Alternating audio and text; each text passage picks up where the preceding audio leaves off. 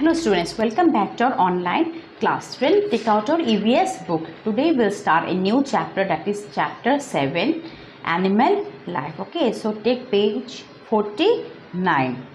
So let's begin. Animal life. There are millions of different types of animals that live on the earth. Some animals such as amoeba are very tiny and can only be seen under a microscope. Some, such as the blue whale, are huge, many times the size of an elephant. Students, there are many animals, okay, on earth, and one of the tiniest animal is amoeba, which cannot be observed by our naked eye. That means we cannot see with our bare eyes. Only when we use microscope, then only this amoeba can be seen. And what is the biggest animal? That is called the blue whale. You will not, don't confuse it with fish, because these are mammals, okay. The blue whale, which is as much as many elephants, okay. It is many times bigger than an elephant, okay.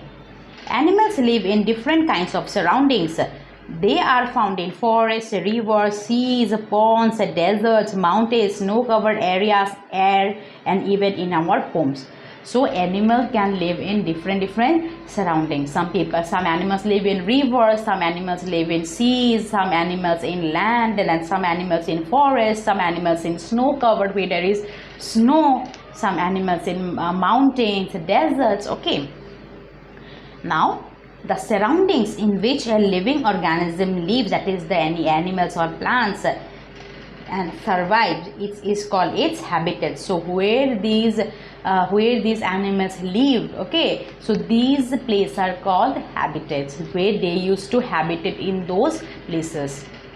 Animals have different features that help them to survive in their specific habitat. Different body covering. Now let us study about different body covering. That means how they are protected from sun, how they are protected from water, sun rays, okay. What are their coverings? Let us study. Different animals have different coverings to protect their bodies. To protect their bodies, they have several coverings. Now what are they? Reptiles. Now what are reptiles? Reptiles are cold-blooded vertebrate animals. So reptiles are those who are cold-blooded vertebrate animals. Now what is vertebrate? Vertebrate means those who have backbones, okay. So these are called reptiles, like turtles, tortoise, snakes, and crocodiles and fish. So these are called reptiles. These are cold-blooded. Why cold-blooded? Because these lives in water and have scales on their bodies. Now what is scales? Scales means covering skin of an animal like fish, is not it? Now what are scales? So these are called scales, okay. These are called scales. That means scales means covering skin of an animal like fish. Covering skin of an animal, okay, that is called scale.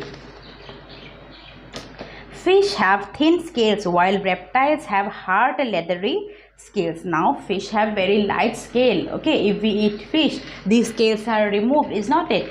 And but what happened while reptiles have very hard scales? Now reptiles like turtles, tortoise, snakes, these are very hard scales. Some reptiles like turtles, tortoise, and animals like snails have shells. Now, fish have thin scales whilst reptiles have hard leathery scales. So like fish have thin scales, but some reptiles have leathery scales like snake. Now, some reptiles like turtles and tortoises and animals like snails have shells. Okay, now have you seen snail? They have shells, okay, on the body, and this tortoise also, their shells are very hard.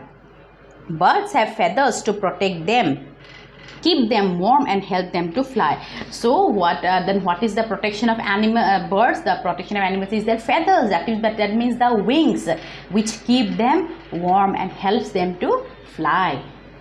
Mammals have hairs on their bodies to protect them and keep them warm. Now what are mammals? Mammals means warm blooded. Okay, mammals means warm blooded. Now they have hair, these mammals have hairs on their bodies, like say giraffe, zebra, horse. Okay, see those, they have furs like sheep, goat. Why? To protect them from cold. Okay, and keep them warm. Animals like the polar bear have a thick covering of hair called fur. Now the hairs which are very thick in nature, it is called fur. Like where we can find fur, like in the bears. It's not that they have big fur to protect themselves from cold. So students, in the next class I shall teach you different eating habits. Okay, till then you read up to here. Thank you.